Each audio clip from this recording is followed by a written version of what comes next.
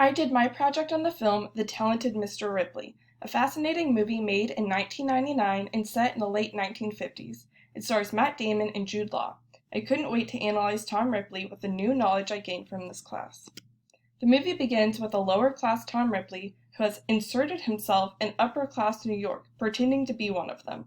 Believing Tom to be an old classmate of his son, Dickie Greenleaf, Dickie's father hires Tom to retrieve his son from Italy. However, Tom soon becomes consumed by Dickie's life and with Dickie himself. As his obsession grows, his interest escalates, and his thoughts are monopolized by all things Dickie, and Tom becomes dangerous. Tom gives us insight to his thoughts when he said, "I always thought it'd be better to be a fake somebody than a real nobody." I believe Tom suffers from borderline personality disorder, or BPD.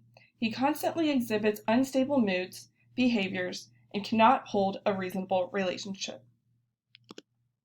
In the 1950s, BPD was seen as an untreatable disorder.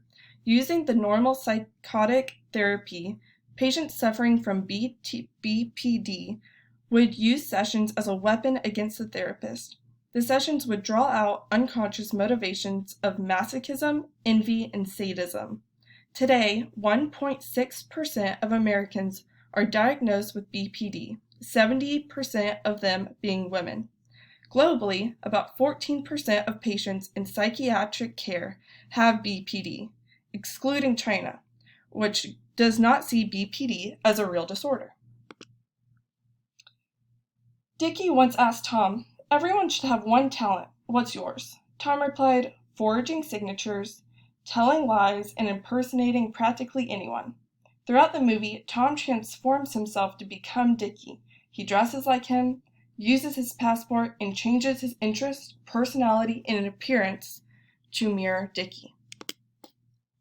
When Tom is questioned about his past and identity, he becomes panicked to maintain his facade, making him impulsive. His inability to control his impulses are reflected by his murder of Dickie.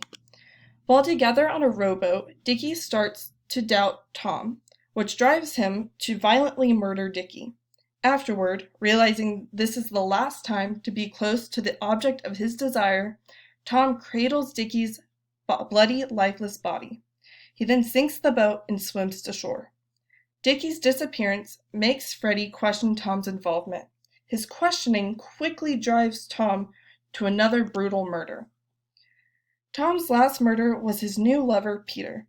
In a rare moment of vulnerability, Tom reveals too much. Realizing what he has done, Tom kills Peter to maintain control. Suicide and self-harm are common symptoms in BPD patients, but Tom never shows these symptoms. This is most likely due to his narcissistic traits portrayed in the movie. To treat Tom, I would start him off in dialectical behavioral therapy to manage his emotions, tolerate distress, and improve relationship skills. I would also prescribe a mood-stabilizing drug like Topamax. The only ethical concern I could see is the fact that Tom would most likely be treated against his will. Unfortunately for Tom, these treatments would not be discovered for another 30 years. Even if they were available to Tom at this time, I have a feeling that he would never voluntarily seek help.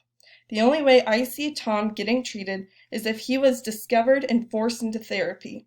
He refers to his past saying, "Don't you just take the past and put it in a room in the basement and lock the door and never go in there?"